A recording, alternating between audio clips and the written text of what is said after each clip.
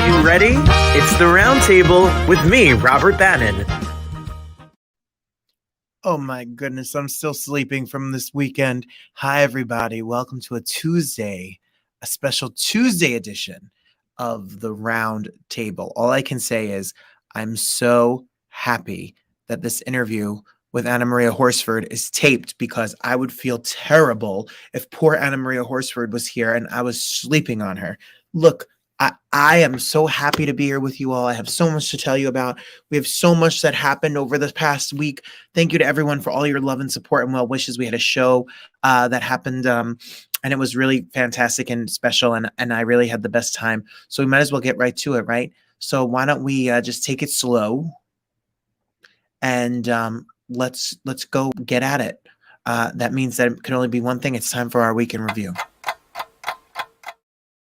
Firstly, Abby Thompson, who's back from the UK, says, hello, Roundtablers. We need a name. Well, it's not going to be Loverlies. Christine gets that joke. God bless their heart. That's fine for that show. But I'm just happy to call you my friends, truly. So thank you. I'm going to get in trouble for that.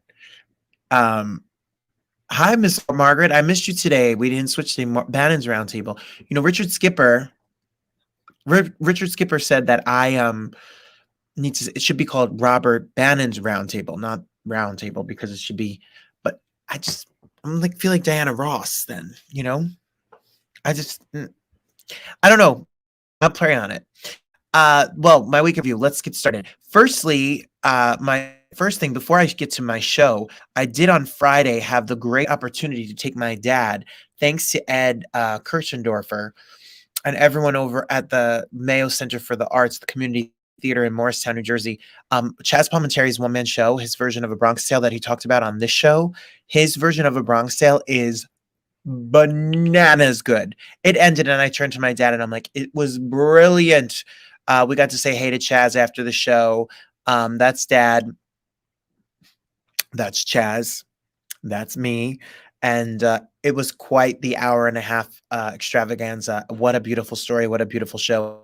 Thank you, Chaz. Thank you, Stacy, who works with Chaz, for allowing him to be interviewed by the show, and then also for letting us go back and say hey. And then I went and did a show, like a practice show, with my good friends over at the Villagers Theater for the Performing Arts in Somerset, which was a lot of fun. Do I have pictures of it? I sure do have pictures of it. Would you like to see them? Well, you have no choice, because I'm going to show you them anyway. Here's Alana Keller, who was there. She is a newspaper reporter who writes, has done a lot of writing about me and my good friend, and I adore her. This is my mother at the show there at Villagers. There's the rose. Yep. Yeah, thank you, Christine. It was a lot of fun. He loved it. And there's my mom. She came down to see my show both nights. Here's my friend Jenny. Jenny was there. Thank you, Jenny, for coming down to Villagers and getting out. There's Ellen and I believe Denise Layton, who's an airplane flight attendant. So that's Ellen and Denise, and they were there at the show. Thank you to everyone who came out to Somerset and saw the show at Villagers. It was really great. Lost my glasses there. Definitely lost my glasses there. First time of 2 times I lost my glasses. My mom says I'm leave a trail. And she's right. So that was all fun. Chaz Palminteri, the show in Somerset, all good things. Well, yes, Abby, while we're talking about Mama Bannon, Mama Rose here, Mama Rose's younger son gets married on Friday. So it's quite a week again. I think we're all going to be exhausted. That's why I'm going away, not next weekend. I'm out. See you later. See you later. My dad's a lovely man. I talked to Sierra Field. We'll talk about it. My dad's all right. He's a good guy. He is a good guy. And it's funny. He gets so excited because he's in the video, so people recognize him. And it's so random and funny to me. If you want to contribute to the show, you can Venmo at @rbannon. The money we use goes to promote the show. The more promoting the show, the more views. And in the world of show business, it's all about views, likes, follows, ratings, things like that. So the more you contribute, if you can, drop the $1, $2, $5, $10, whatever. Don't give a lot of money. You can give it to at Arban, and then we'll put it to good use to promote the show for sure. So that's my mom. You saw my dad too, huh, Christine? Lattes and Christine saw my dad. Yeah, he's a nice guy. He's nice. We all are pretty nice. Um, yeah, I have to. I mean, I don't know if I am, but they're pretty nice. So then my show. Earlier in the day, we rehearsed. The band's first time rehearsing was that day, so I didn't know the band except my piano player Yaz. So that's us at rehearsal. And then I hung out. We went right from rehearsal for 2 hours, right to sound check for an hour and a half, and then right into doing the show. And I was so lucky to be helped by my cousin, I forced myself to be her godfather too. That's us in the dressing room. That's my Natasha. And we hung out together, and then we did the show. There's a lot of official pictures. If you go on BroadwayWorld.com, Broadway World covered the show for a photo coverage. So Michael Hull, thank you, Michael Hull, for coming and taking pictures. So I am grateful that he was there, and also grateful to Broadway World for running things. What else do we have? We have show pictures. I have a whole folder of pictures that I haven't put out yet. But yeah, there's me on stage. That's what you might have missed. And after the show, oh, here's pictures. Oh, no, this is a ridiculous picture. These are ridiculous pictures of me and Drew. There's a million of them. Well, after the show, oh, this was from Somerset. There's Yaz behind me. That's from Somerset. So after the show was over, who did I see? Oh, here's me in Somerset again. That was my official outfit in Somerset. It was fun. I had a lot of fun. So who was there? This is my friend Messiah. We went to acting school together. He was in a different class, but he's so brilliant. And thank you for pulling through. Here's my housewives friends. That's Lexi and Marge Sr. and David Yantif of Behind the Velvet Rope. And I'm grateful for them. They always come out and support me. If you saw me on the show a couple of weeks ago, they're my people for sure. That's James Harkness from Ain't Too Proud, the Temptations musical on Broadway. Woo! As I almost knocked my computer. That's Jim Newman, who's also a Broadway star and also the construction worker of The Village People. Can't make this up. You legit can't make this up. So if you saw him there, that's him. That's my Drew and Esther. We're like the three terrible kids of the Matt and Griff experience. There's Lattes and Christine. That they came all the way from all over the place. So yeah, that's Lattes on this side, and there's Christine in the middle, and these two will jump in any picture, drive me insane. What else we got? Yep, we saw that one. We saw that one. Thank you. I think that's about it. Oh, well, no, it's not. There's Julie Gold. Julie Gold was there. She won the Grammy Award. She wrote from a distance. So honored and flattered. Her wife was crying. Yes, he's a village guy because he's not a village people. Good point. Her partner was crying. It was so sweet. I was so flattered and moved that Julie would come because I've been singing her song for over a year, and the fact that she was there is really, really very special to me. And then a big shout out to Robbie Roselle, who directed the show. He's the head of A&R at Broadway Records, and then Yas Fukuoka, who is my music director and piano player extraordinaire. Thank you to everyone who helped with my little styling glam squad for the hair and the shave and the outfit. Real men wear pink. Real men wear pink. Hi, Marie. Marie was at the show in New Jersey. Thank you, Marie. Marie was at the show in Jersey, so that was great. I was so happy to see you there. Thank God you were there. No one else would have been. Robert Bannon's Roundtable. That's what Miss Margaret says. I like it. Maybe that's what we have to do. Robert's Roundtable is good, like onomatopoeia. It's like back and forth. Anyway, those are, I think, my pictures. It's always flattering. Oh, my ex-wife and Miss Pat, who's the security guard at our school, Yaya Pat, was there. That's Sam. So she's 90, Yaya Pat. And she's like my grandmother, and I love her. And my cousin Natasha was the talk of the whole entire weekend, was that Yaya Pat was there, and she's so much fun. So thank you to everyone. At the end of the show today, we'll show you a little bit of a little bit of a song and my message for you all. Here, this is how debaucherous this evening got. I lost my glasses. I got home at 4 a.m. Look at us.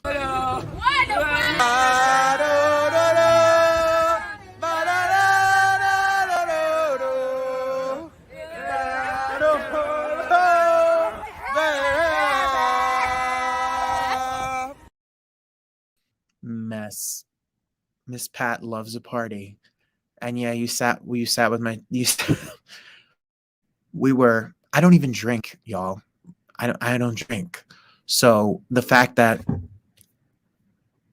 I ate a steak at 3 o'clock in the morning. Only in New York City can you just get a steak and French fries at 3 o'clock in the morning.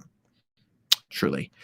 Thank you so much. I hope the show's not just music, but also a lot of fun. The stories are funny, and they mean a lot to me. So you're also sweet.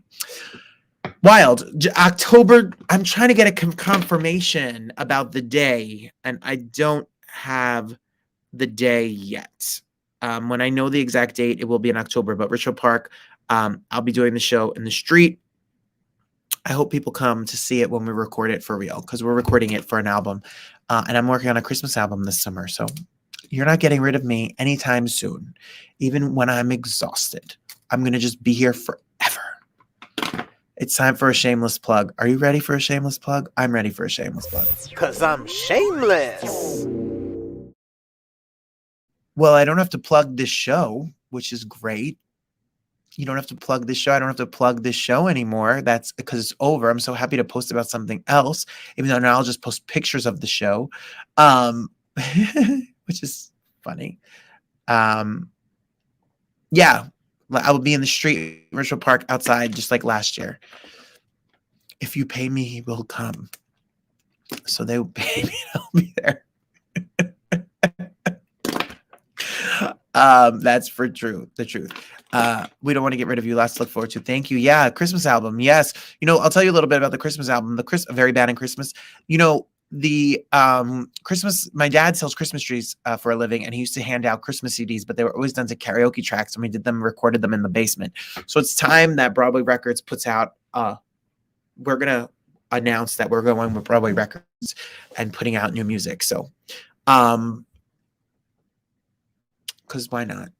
You only live once, right? So I'll keep you posted on that process through the summer, but it won't be out. We'll probably announce it and start streaming it right after the October show. So the October show we'll record, and we'll put that out in 2023. You got to have futuristic vision because stuff is popping on. I was supposed to be on the Amy Schumer's new show. And as is the world, they called me for Saturday when I had my show. Like my phone won't ring for an acting job, and then they call me for Amy Schumer on the day I have a show. So we're going to work out hopefully another show soon. And I have new concert dates coming up all over the place. So hang tight. My father is a famous gardener in Bergen County. If you know Bergen Boulevard, yes, he sells not only Christmas trees, but he sells plants all year long. He does. That's true, Miss Margaret. Christine, you like the name of Very Bad in Christmas? It's kind of fun. Yeah, there's lots more to come. And yes, Michael Longoria, he records on Broadway Records. They put out a lot of Broadway albums, and they put out like Lea Salonga and stuff. I'm very honored to be a part of it. And Robbie Roselle, who directed this Rewind show, is the A&R director of that. So he works with Michael on that. So I can't wait to have Michael on. We're going to have Patty Murin on. She has a new album coming out from Frozen. We have a lot of people coming on the show in the next few months. Oh, this is a shameless plug. Well, I am doing a Pride event in New Jersey. Before I go, and I wanted to tell you about it. I am doing this event. This is Thursday, June 2nd, New Jersey. Pride Chamber of Commerce is having their big gala at the Hyatt Regency Thursday, July 2nd. It features a performance by Olivia Lux of RuPaul's Drag Race. It's from 5 to 9. And if you want to go see it, you can definitely check it out at njpcc.com. So I hope if you're around and you're interested in that event, it will be a wild time. I'll be performing something as well. So make sure, look at this. There's the executive director right now. So if you want to come on down, come to the show. He's got a whole bunch of surprises up his sleeve. I don't even know this surprises he has up his sleeve. So Gus, comment and tell us the website where we can go on and get all the information, and we'll put it up. But Olivia Lux is a star, and people were very excited about her being there. So that's my shameless plug. And if you are someone who celebrates Pride, I'll be in Delaware for Delaware Pride, and wherever they will have me is where I will be. I'm booked and busy in the best way. I'm trying. We just keep going. If you know anyone in Massachusetts, Maine, or Los Angeles, or wherever, tell them about the show, and I will so greatly appreciate it. All right. At the end of the show tonight, we are going to play you a little clip of the show from the other day. Here you go. Thank you, Gus. njpridechamber.org. www.njpridechamber.org. Get your tickets. Come see me. I'll be hosting. Gus will be there, plus Olivia Lux and maybe some other surprise guests we're confirming as we speak. So I'm so excited about it. Thank you for having me, Gus. It means a lot. I appreciate it so much. And if you want to know more about me, you could always go to robertbannon.com. Coming up in the future, we have Dorinda Medley. Peppermint is here next week. I know that Abby was excited about Peppermint, and Perez Hilton. So that'll be fascinating. Justin Guarini is coming in May. Tom Chapin's coming in May. Rufus Wainwright and Naeus Mitchell's the first week of June. So we have Tanya Pinkins coming on soon. We have Dominique Morso, Tony-nominated playwright. We'll be doing This Is Your Life with her. So there's always ideas and shows and stuff going on. Margaret Josephs, speaking of Real Housewives, will be on as well. So we have a lot of stuff coming up in the next few months. Maybe Olivia Lux will be on, and we'll talk about the NJ Pride event. I think that would be really fun. So Anna Maria Horsford was here with me last week. We were supposed to do a 15-minute interview, and then we talked forever. And I fell in love with her. She's so cute. I really love her. Oh, thank you, Abby. It makes me really happy that you're watching. Thank you for being here and staying up late from the UK. It means so much to me. It's so sweet. You're so sweet. Everyone's so sweet. Thank you. I fell in love with Anna Maria Horsford. She's like the sweetest human being ever, in like a tough way. She showed me how to make it in this, how she made it in this business, and she don't play. So I was really excited. We worked hard to get her because she doesn't do a lot of interviews, but she's been in everything. And she has so much that she wanted to say and share. You just have to wait and watch this. Look how many shows she's been in.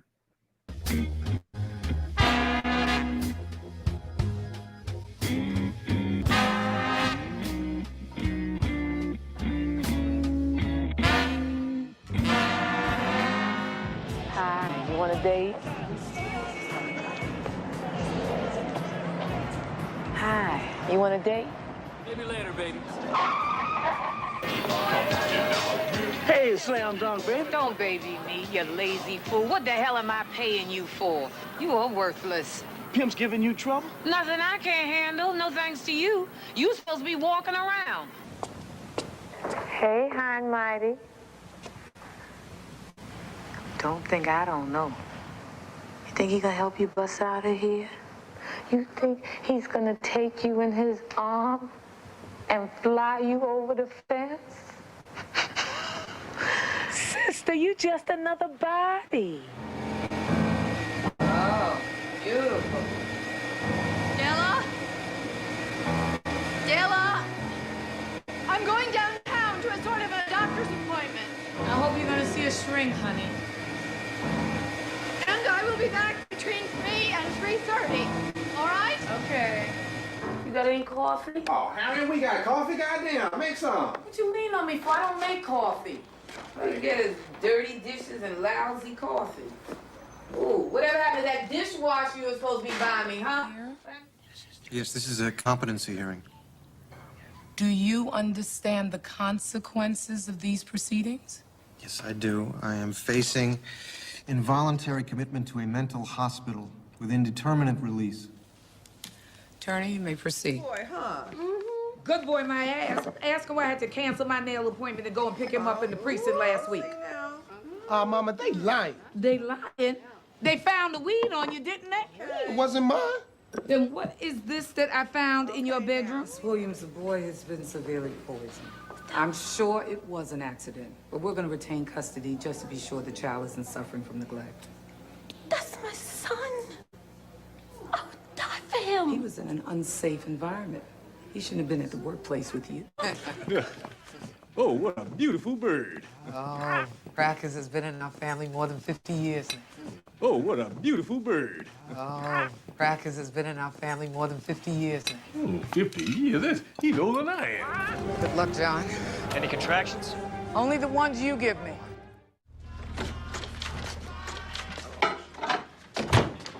Hey, Mama. Hi, baby. How you doing? Hi. Oh, what you cooking? I'm making some eggs, bacon, sausage, pancakes, and some leftover pork chops.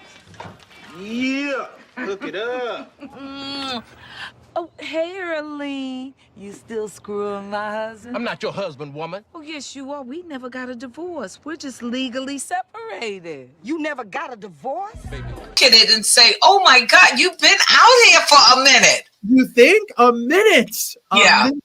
Yeah, Well, really. I know that you're from New York. Yes. Harlem. Harlem, New York. And yes, I do my research. I love reading about artists, and you are somebody who I've admired, and I can literally think of the television shows and movies that I grew up watching you. So it's such an honor, firstly, to have you be here with me. Well, thank you, Robert. Thank you.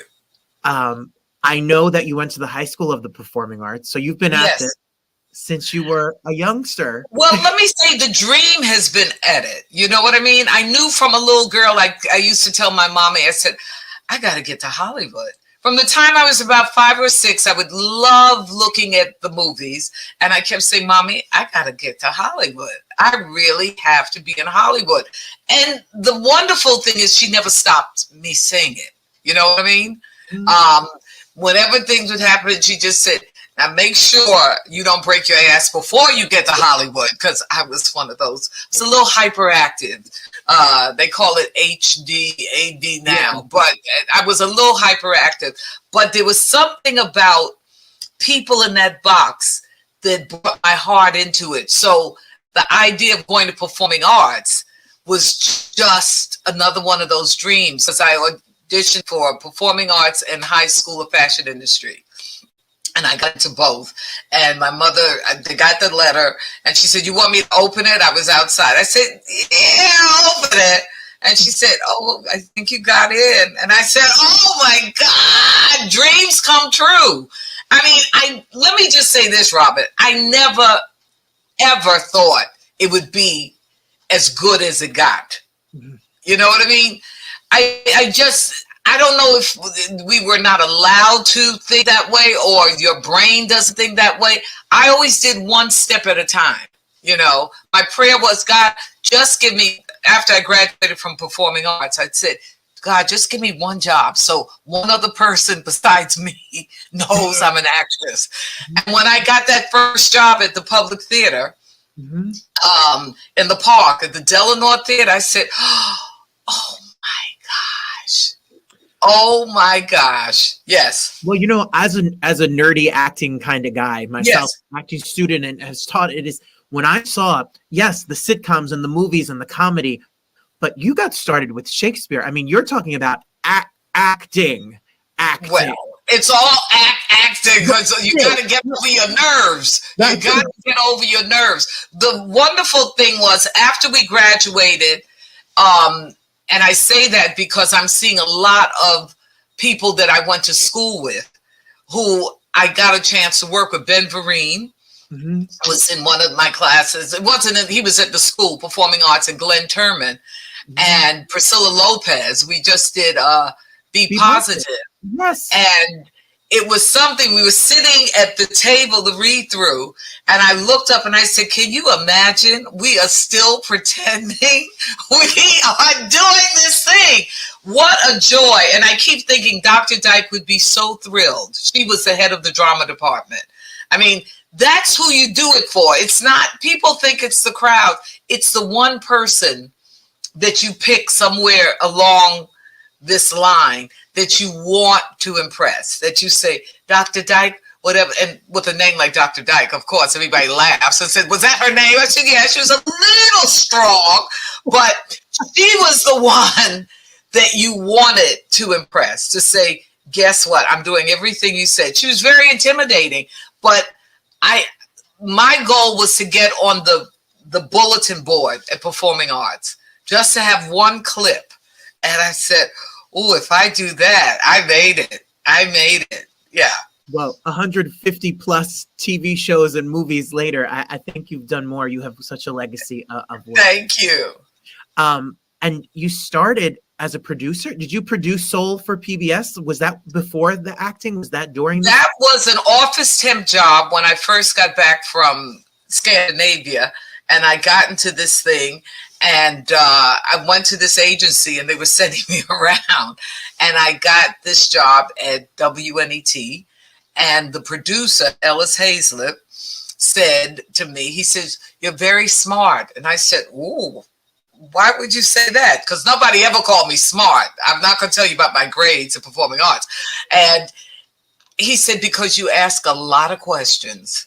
And I said, "Oh," he said, "somebody who asks a lot of questions means they're taking something in. They're trying to get it clear in their mind how this works and that works." And I was fascinated at the idea how TV works, because you don't know. Right. You don't know. And I was there for, I think it was supposed to be 10 days. And I ended up staying 13 years. But he was so fabulous. And he kept saying, "So you're an actress, huh?" And I said, "Yes." So he said, "You want to do this?" And I said, "Yeah, okay." So he would put me in different shows reading poetry. And the wonderful thing was, the first time I saw my name as production secretary, my heart jumped. And I said, "Oh my God, that's my name on the screen." And that's when I start using the Maria. I said, "Take up the whole screen. Anna Maria," which is my name, Horsford. And that was it. So I always I respected how it was done. Mm-hmm. I respected all of the 100 people behind the scene to get one person on screen. And I think that's what helped me appreciate all of the jobs that I did. I always say, come prepared. You know, there are 100 people working to get to this one. The light man, the sound man, the continuity person. Yes. And it was just, it couldn't have come out better if I knew better. It could not have, it couldn't. Yeah. So that was the joy of it. The joy of understanding how this thing works, you know. And theater was very important. Theater, because you get the instant reaction. TV, you don't know. You say, "Oh, okay. But theater, you get it. You know, if you get the joke, fine. If you can be loud. But I started in elementary school. I was always the loudest person. And my third grade teacher sent me a note one time, which was really funny. This is when teachers used to send little yellow papers. And I was in a play, and she sent a note, and the teacher, my fifth grade teacher, said, "Anna, you have a note." And I said, "Oh, okay." And the note was, my third grade teacher said, "Anna, I was sitting in the back of the auditorium, and I heard every word you said."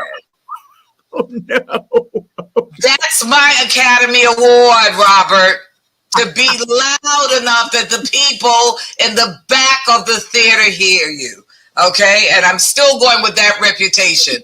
Very few times do I have to do sound because I'm louder than everybody else. I said, "Bring it down a little. Bring it down." Said, okay. Because your theater mind is saying, the people in the back deserve to hear what you're saying. But now they have mics and all of that you put in, but we don't need mics. Yeah. I get that even in terms of acting. Sometimes when you go on when you self-tape, they'll be like, the expressions for a TV are so different than a theater where you're trying to reach that last. Exactly. Point. Yeah. Now, do you do both?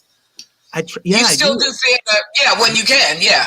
Now, do you like self-tape? Tell me.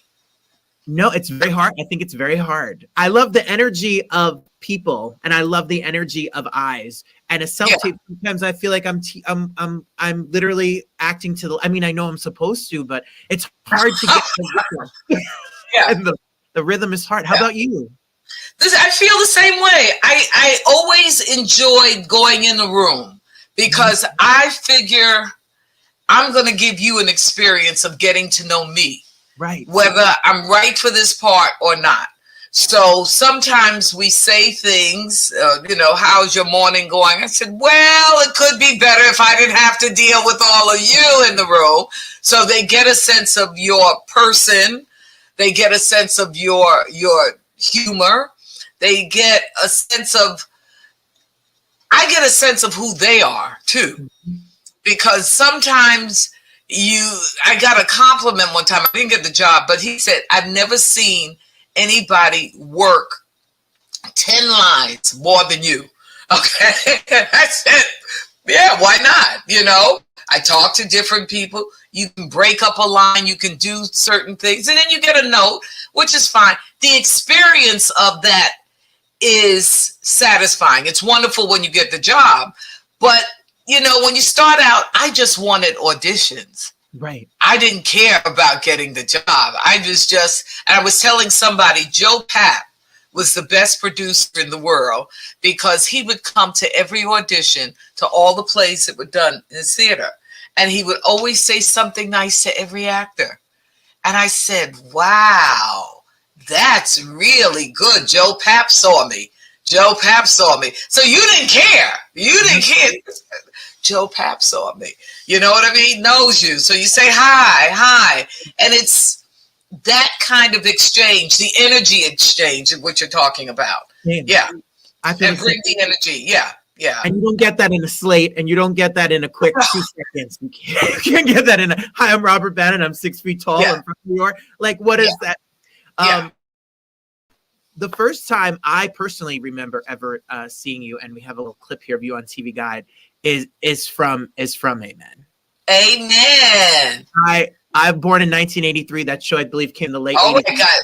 Wow, you a baby. I was a baby, but and it lived in reruns, and nothing is yes. Oh my God, Thelma Fry. That was, in fact, I was so shocked that I got that job. Now that came from a tape I did in New York, and then I met, what was it? Oh, I was working up in Canada with what's her name, Marlo Thomas, in a mental institution, and I got a call. My manager, my agent said, Anna, you have to find a 2-minute or 3-minute monologue and prepare it because the audition is next week. So I'm sitting in the big room in the mental institution up in Canada. And I said, now, where am I going to find a comedy monologue in here? And I said, oh, God, this is something. So I said, well, I have a day and a half after I get back to New York to do it. So I looked through the book because, again, the monologues don't stick in your head. And by that time, I am so full of myself because I'm working with Marlo Thomas. Phil Donahue came to see her, and we had the cameras and the this. And Lee Grant was directing this TV movie. And so I was full of myself. And I said, oh, so I walked in the room and I said, listen, I'm up in a mental institution doing a movie. And all of a sudden you say, I need a 3-minute monologue. He said, well, you don't need a monologue. I said, no, I found one. So I'm going to do the monologue for you. Don't worry about that. But in the meantime, because I didn't care whether I had the job or not. Again, once you're working, you think this is going to go on. Big lie. So we talked. And he said, what do you think about this premise? And I said, well, if you get it right, Black people will love you. If you get it wrong, there'll be a crew out front to hang you because you can't mess with Jesus. Yeah. I said, Black people own Jesus now. I said, you all got God and some of the others and the disciples, but we got Jesus. And he said, what do you mean? And I said, well, everybody has a church home. And I went into all of this. We stayed in the room for an hour talking. Of course, there are 20 people out in the lobby cussing me out now. And then I said, okay, listen, I got to do the monologue. And so I found this monologue in a book and I did it. And I said, fine. And didn't hear from these people for another 2 months or whatever. No, because I don't know what they were doing. And so when I got the call, said, "Oh, you got a call back." I said, "A call back? That was months ago." He said, "Yeah," but Elijah said, "I don't know if my acting works in California because people in New York act different than they do in California. What I saw on TV, what I thought was their acting on TV." And they said, "No." Okay. I said, "Fine." Then they flew me out because there was supposed to be a chemistry test. I didn't know what chemistry meant, okay? Because I never heard of that, you know, either on audition or not. And the chemistry test is to see if the people that you're working with, I knew it was Sherman. And I said, "Now, how do they do that?" They said, "You just go in a room and you do so. But I was so thrilled to get to Hollywood, a free trip to Hollywood.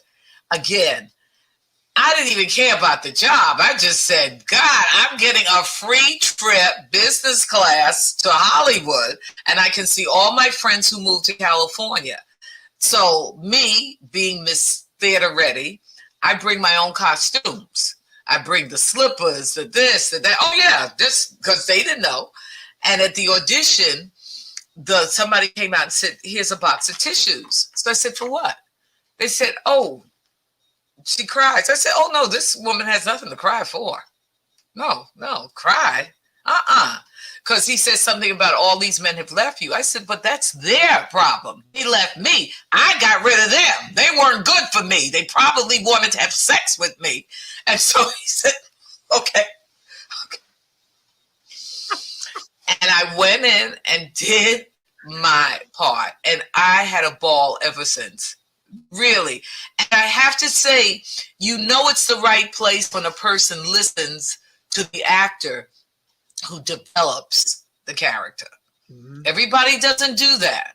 Mm-hmm. Because I always start off, and I'll tell you because you understand, with a bio of the character that I write for myself. What makes this person laugh? What makes them cry? What makes them mad? You know, because everybody has that.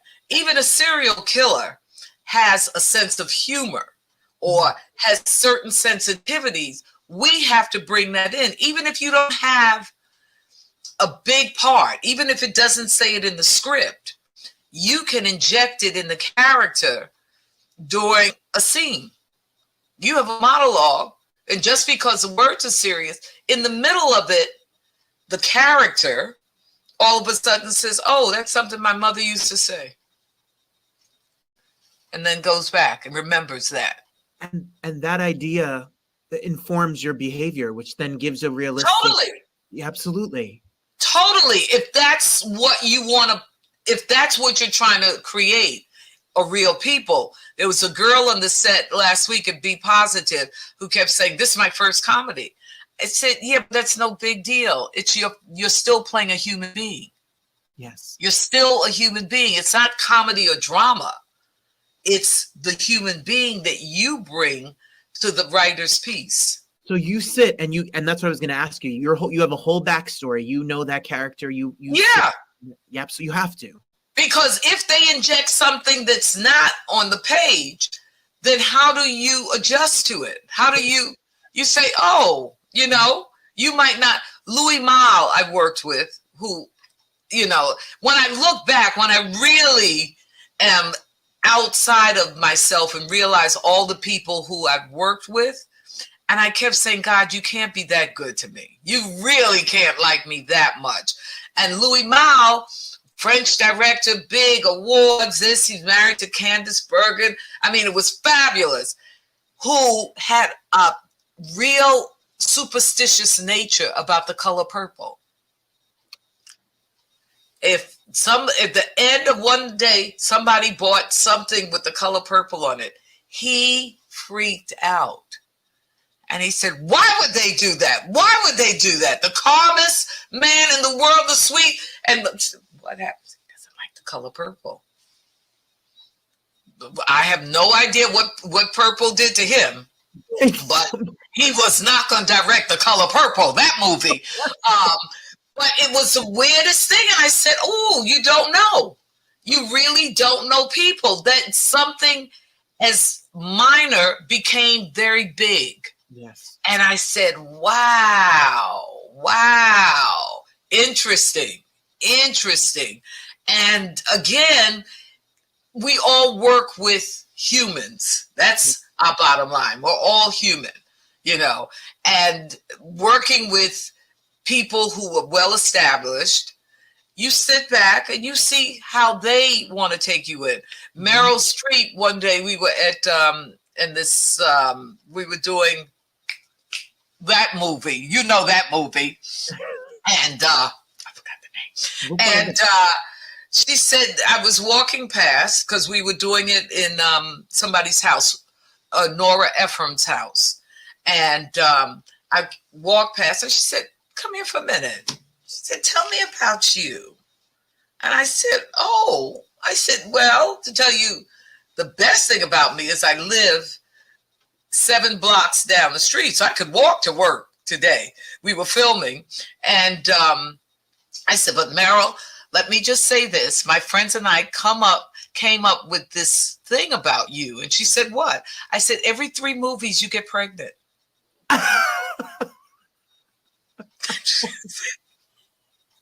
That was a little ballsy, but the fact was this was her 3rd movie and she was pregnant at the time. So, of course, we were best friends after that.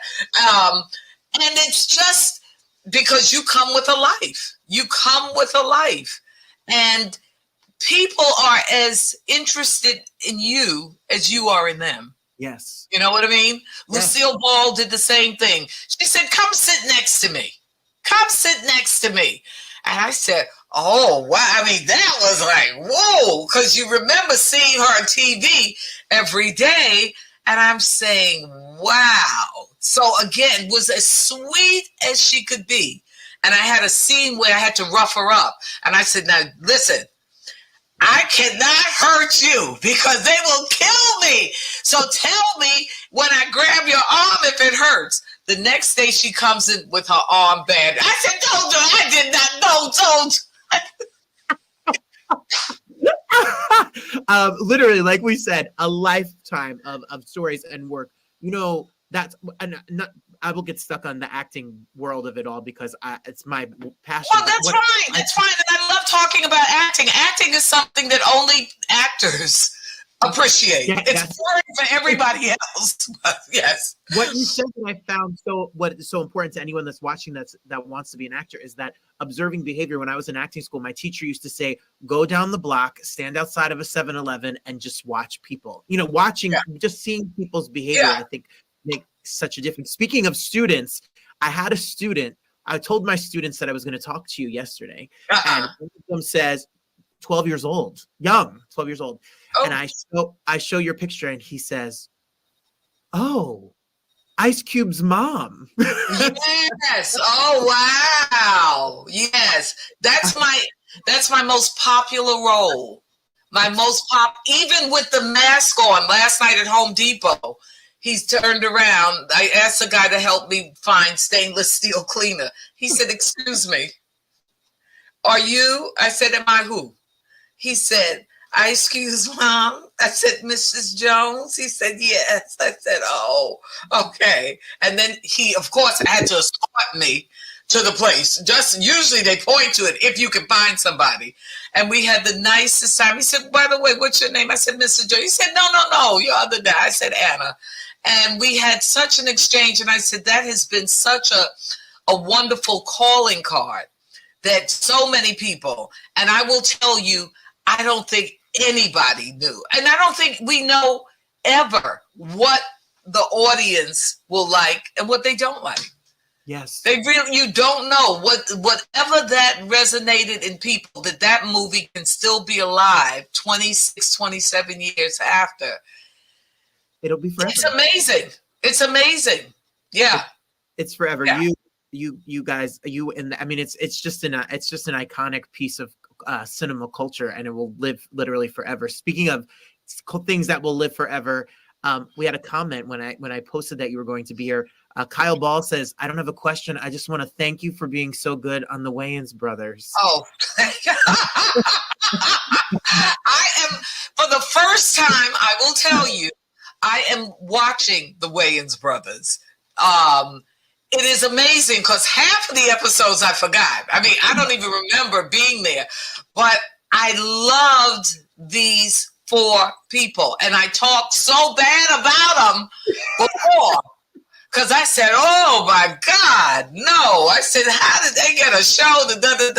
And my manager called and said, "Oh, they want you as a guest." I thought it was a guest spot.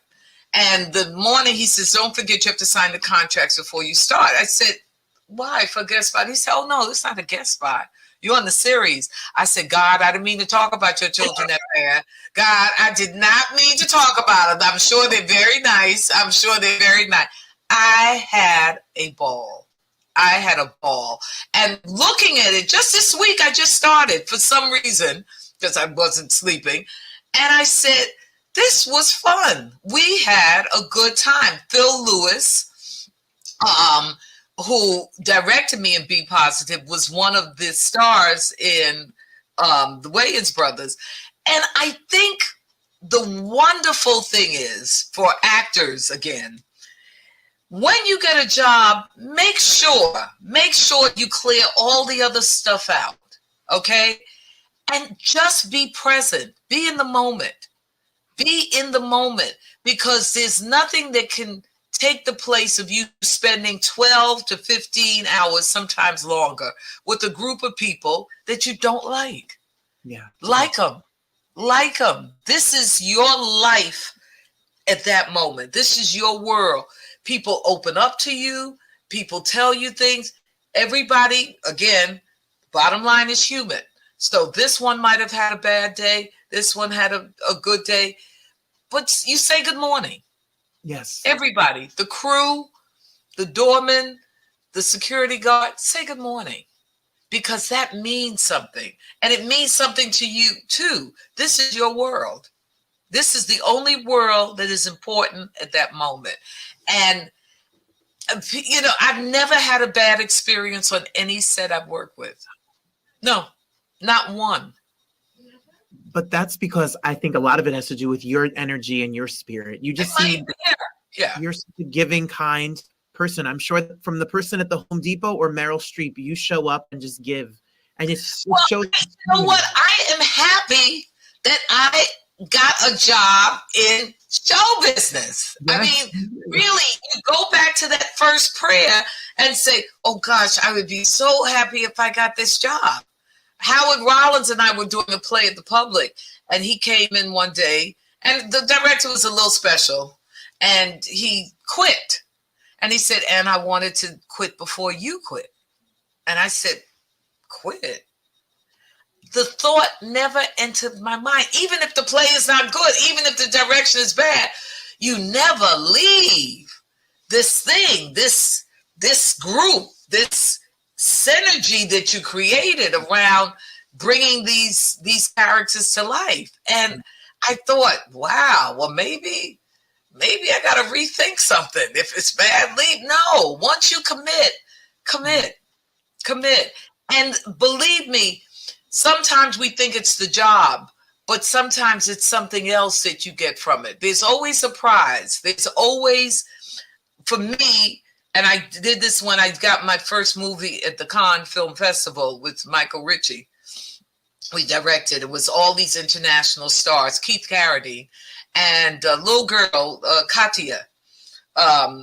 She was playing the young girl there, and I met her mother, and we stayed friends for the next 40 years. She just passed. But I said, look what the movie gave me. A friend that I could have and love. I went to visit her in Italy. I mean, it was just so incredible. And I'm looking at the people. I'm on the Riviera. Never thought I would be on the Riviera. Never even thought about being there. And I'm walking around with a bikini bathing suit on the Riviera. And it was a topless beach. Of course, I had my undershirt on and a brassiere and a bathing suit and a blouse. But I said, this is special. But there's always something that you get. There's somebody you're supposed to meet in every set. Yes. Every script, there's something you learn. And getting back to what I learned or what I got when I did Pose, I am old enough to live through the AIDS. Oh, look at her. Mhm. Look at her. A strange mother and strange son. And what I went through there, I have to tell you, because I lost so many friends there during that epidemic. And so many memories came back on the set, on the dealing and the this. And it was like, I finally got a chance to exhale and just to send my love to my 100, my 150, my 100, my 200 friends who left really, really quick. That really took my friend base. I call it friend, not just fan, but my friend base, swiped it out for me. Mm-hmm. And that's what I was going through when I saw there was so many questions, so much we didn't know when it was happening in New York, especially New York. And it was like, whoa. And that was my my love letter to that stage in my life when I did that, you know. And a lot of these kids weren't even born then. Well, when I saw that you were going to be, pray tell, you know, Billy Porter's mom. Yeah, pray tell the mama. You and Janet and Jack Hay doing scenes together, and him coming home knowing he's sick. I don't think there's a dry eye out of the millions of people who watched it. Because I know, for me as a queer artist in the world, there's so many friends of mine who have had the experience of mother having a family and not being close, and the way you touched that character and the way you contemplated the battle between how they were raised and how they fought versus that was their son, and coming to terms with all of that, it was so delicately done with such brilliance. It was the choices. Well, thank you. And she had a lot of demons too now, because again, when you realize that your one job is to protect your child, and the fact that she didn't protect him because the husband, you know what I mean? And it becomes, oh, you chose this over your child. The guilt that you feel with that, or how do you deal with the man? And me, as Anna always said, well, wait a minute. Did you choose the man over there? But it's a whole lot of things with religion. And the interesting thing is, religion is supposed to comfort you. But now we realize that people use it for so many other things, for excuses, to hide their own guilt and shame. And mothers, when guys used to tell me, oh, I have to tell my mother I'm gay, I said, your mother knew you were gay 5 minutes after you came out of the womb. It's not a secret. Now, just know, it's not a secret. She might not have caught you with the toe shoes on, but mothers know who their children are. I said, it is something that you don't want, not to say that they don't love you, but they realize the world is so hard out there on that. I remember my mother had a friend, he was my brother's godfather. And we went to his house, just me and my mother, because she had to take me out because I was a little, like I said, a little hyperactive. And I was drawing because she wanted to keep me busy. And I said, excuse me. That's the week I learned you can't interrupt adults talking unless you said, excuse me. So I said, excuse me, Uncle Joseph. And he said, yes. I said, and I must have been about 4.5, 5. I said, do you know you walk like a woman? And my mother turned and I said, would you like me to show you? And he grabs my mother's hand because her hand was coming to get me. And he said, no, Anna, show me. So I said, you do a little twitch when you walk. And he said, that's how I walk? I said, And he adored the ground I walked on after that because I saw him.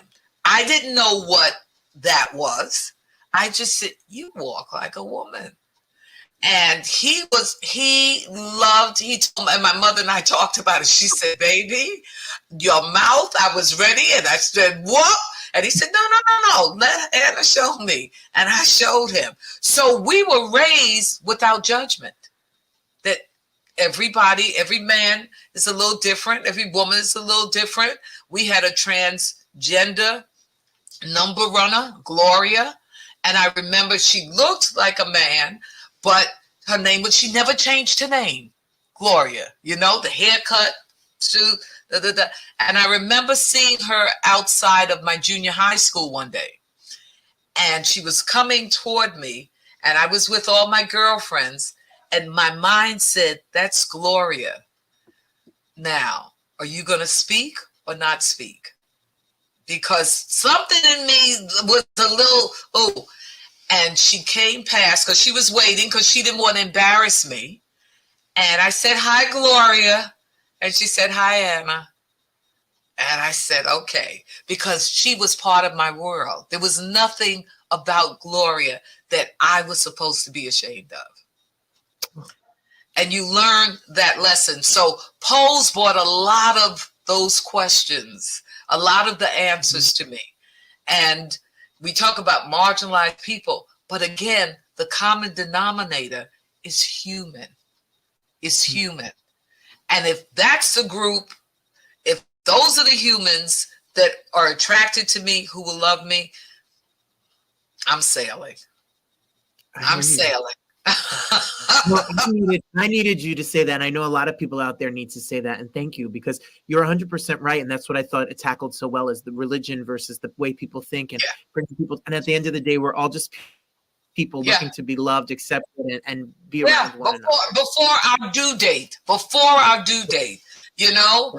And again, AIDS, unlike COVID, was scary to many people.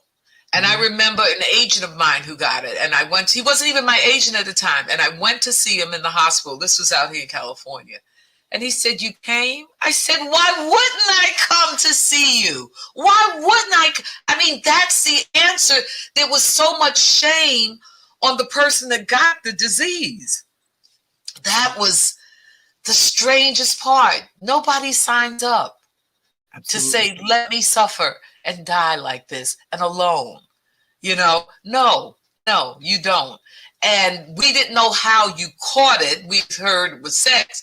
But you're going to tell me I can't sit across from you and hold your hand and say, thank you, I want you to feel better, or whatever. And I'm not Florence Nightingale or Mother Teresa. I just know what this heart takes you to and what I need to run. It's like air to breathe. If you stifle out your instincts, you can't be a good actor, okay? You can't even be a good person. But the actor in you says, what are you feeling right now? Just do it. Do it. Take a chance. It might not stay in the movie, but take a chance.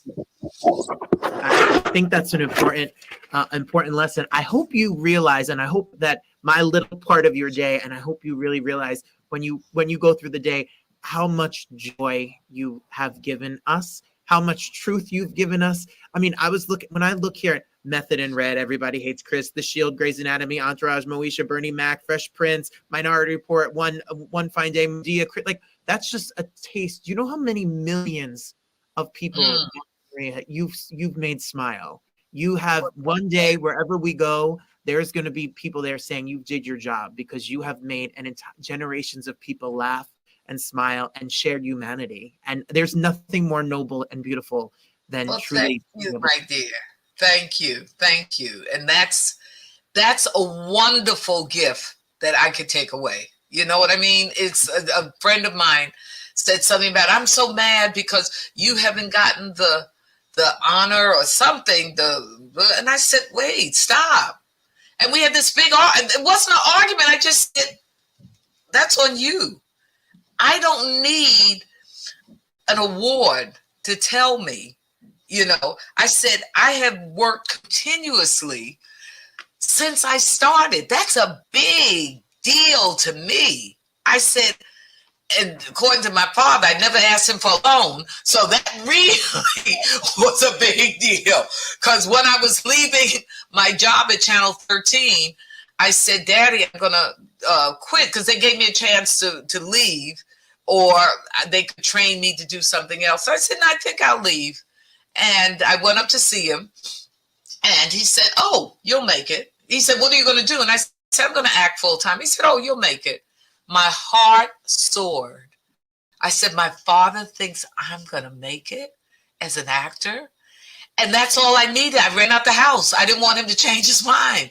And I tell you, to hear him say, I made it, is a big deal. When I would fly back to New York when I was on Amen. He said, tell your father I said he's a bum. Talking about Sherman Hemsley. I said, you're my father. Stop it, Daddy. Stop.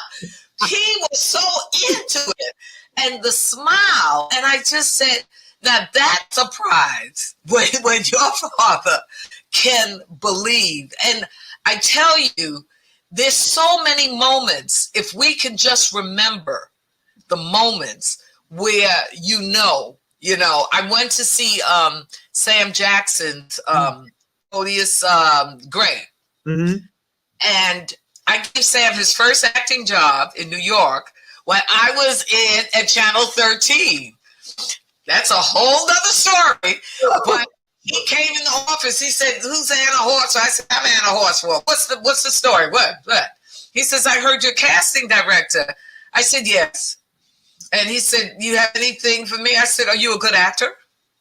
Because I had an appointment. I had to go somewhere. I had to go to the airport. I said, oh, are you a good actor? He said, what? I said, I asked you a question. Are you a good actor? He said, yeah. I said, well, then you got the part. Take it. Two-parter. We've been best friends ever since then. I mean,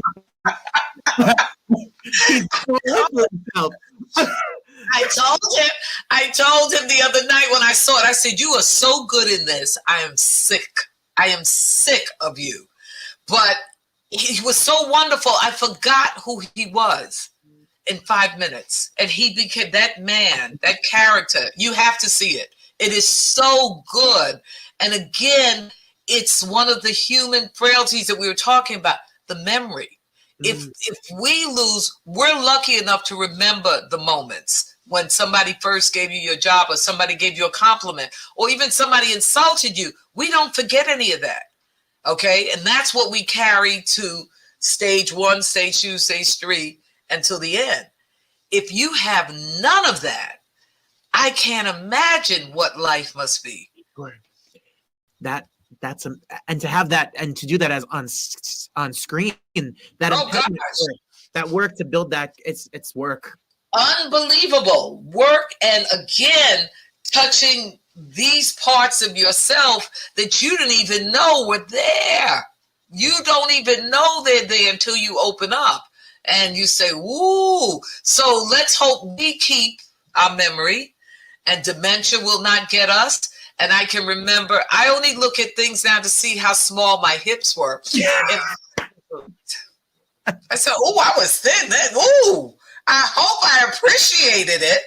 But it's wonderful to see. And I laugh sometimes too. I mean, I laugh at me. I said, they were silly. When I looked at the Wayans this way, I said, they were silly. And I was part of those silly people. Oh my God. No, I had a good time. Good time. And met a lot of good friends along the way. Well, and what else can you ask for? Well, we had a good time, and we are watching you. I mean, you could see Anna on Be Positive. It's on CBS. And the Last O.G. Yes, and the Last O.G. with Tracy, which is, I mean, if you haven't seen and streamed it from the first season on, not only is she brilliant, I mean, Tracy is brilliant. Yeah. The show is brilliant. Yeah. We had a good time too. He was I told him, because he talked about the accident, and I said, Tracy, I don't think anybody thought you were going to come through that when we saw the truck. I said, God really likes you because he gave you a show that you can recreate the kind of people in your life that you want. Not that you had, but that you really wanted, that you dreamed about.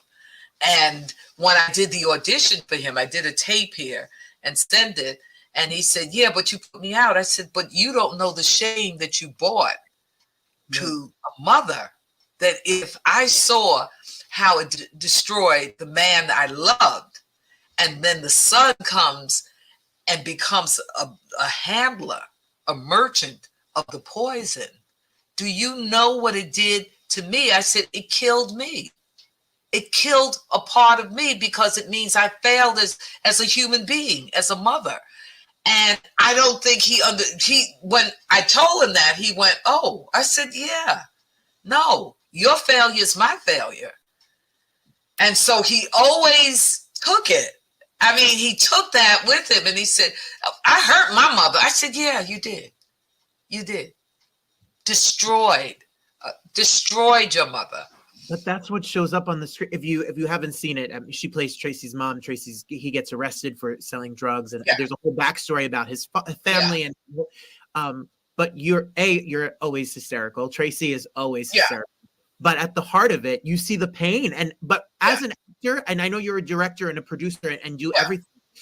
As an actor, that's the kind of conversations that actors want to have. I want to sit with the person playing and say, let's hash this out. How do we feel? That's what makes the magic on the screen or on the stage. That's exactly what it is, because it's, as they said, somebody, I forgot who, it's all in the eyes. Yes. It's all in the eyes, because the little box, but the eyes say, oh, wow, I can love you, but I don't forget. I didn't forget. You know what I mean? I did not forget. And he was so in it. I'm sure he does the method, because every minute, how's my mother doing? I said, but the greatest experience I can have. And some days his security would come in and he said, he needs you today. And I said, oh, okay. And I would go, and I could say things to him that I'm sure he wouldn't let anybody else say. And I didn't meet him until the first day we shot. Really? Yeah. Never. Nowhere. I walked in and I came from the airport to the set. I had to go to wardrobe, and he screamed, my mother is here. And Tiffany got the soundtrack from Amen and played Shine a Little Light on Me. And I said, ooh, we had a time. So I tell you, my reward is 4 generations who know me. A lot of the rappers that I've worked with, from Method, Red, all of these kids remember me with so much love, because that's what they shared with their mothers and their grandmothers. And they would look and say, my grandmother and I, we used to sit and look at you. I said, my grandfather loved you. And I said, and do you? And do you? And it's just that you can't pay for. You can't pay for. You know, it's the remembrance that I made grandma laugh, or I made mommy laugh. And that in turn made them love me even more, so that when we work together, it's like, wow. And I have gotten so much love and respect. Well, I see him now. I said, I got pregnant with too many rappers, okay? I'm too many rappers. Too many. You know, it's been wonderful.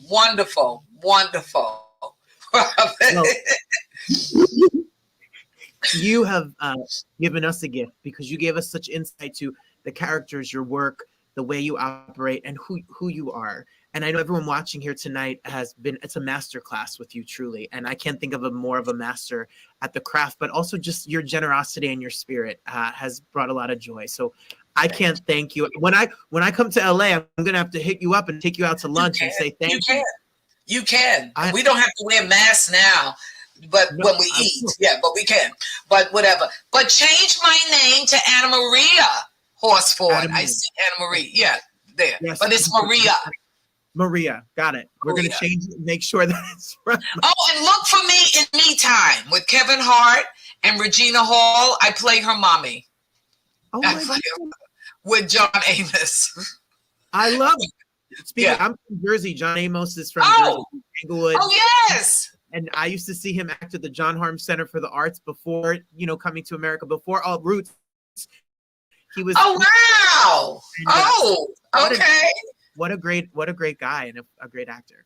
Oh, I'm so glad that you wrote me and asked me to do this. I'm so really glad. No, truly. Something came across, and I said, "Oh, okay," because some people are a little special. I said no, but I said, "Robin is the one. Robin is the one." Well, thank you. Thank you. Thank My you. pleasure. I talked a long time, Robert. Your time. I was worried about you. You have family and friends and a day. I know, but none is as important as you are. Okay. This is important. Thank you. I'm going to take that. I'm going to hold on to that tonight. And thank you so much. Thank you. And hopefully we'll work together one day. I would be honored. Okay. For God's ears, I'd be honored. Thank you, darling. Thank you. Have a good one. Thank you so much. Thank you. Thank you. Bye-bye. That's it. You could see Anna Maria Horsford on Be Positive on CBS every single week. I've been sitting on that interview for like 2 weeks, and I was obsessed with her. I could have talked to her for like forever, and she is so wonderful and has kept in touch with me, and I can't wait to go to LA and see her this summer for sure. Thank you for the comments. Thank you for sticking with me, especially when we have something that's taped, because I know you guys want to be a part of the interview, but sometimes I can only get people when they're here. But we had so much fun. She's a star. She wrote me today. She said, I swear, I'm not saying this just to BS myself. She wrote me and she said, Easter was wonderful and so are you. Anna Maria Horsford. Wow. Well, next week we have Peppermint and Perez Hilton. It's double P day. It's Perez and Peppermint. It's going to be a special pop culture edition. We have some Broadway stuff coming up next month and a whole bunch of other things, musicians. We're a little bit of everything. This show is just everything and anything. Thank you for being here. She's a star. I love bringing you the old ladies of TV, the elder ladies, because they've been through it. And I love being here with you. Thank you for giving me the energy, especially in a show that's an hour and a half. I know she spoke for an hour. So I took this little clip from the live feed of my show on Saturday night that I hope I see you at soon. Yes, Abby, please remember peppermint, peppermint, peppermint, peppermint, peppermint, peppermint, peppermint. It's going to be so great. I'm excited. So what we are going to do, yes, Christine, I couldn't put her with anyone else because it was a really great interview. It was a great conversation, and it needed to be just her because I originally planned to talk to her for 15 minutes. They said you can have her for 15 minutes, and she stayed for an hour. She had friends visiting from out of town. So hi, Rosemary. Good to see you, my friend. Thanks for being here. So grateful to see you. Yeah, thank you. I'm asleep after the gym. We gotta go to the gym first, but then I'm gonna go rest and watch The Real Housewives of New Jersey. Trash. I know I love them. And here's my message to all of you. A little taste of Saturday. I hope you can join me in October. We'll announce that date, or come see me at the New Jersey Pride Chamber of Commerce Pride Gala, or see me in Massachusetts or Maine. We'll always be somewhere, but you could definitely see me here next Thursday with Peppermint and Perez.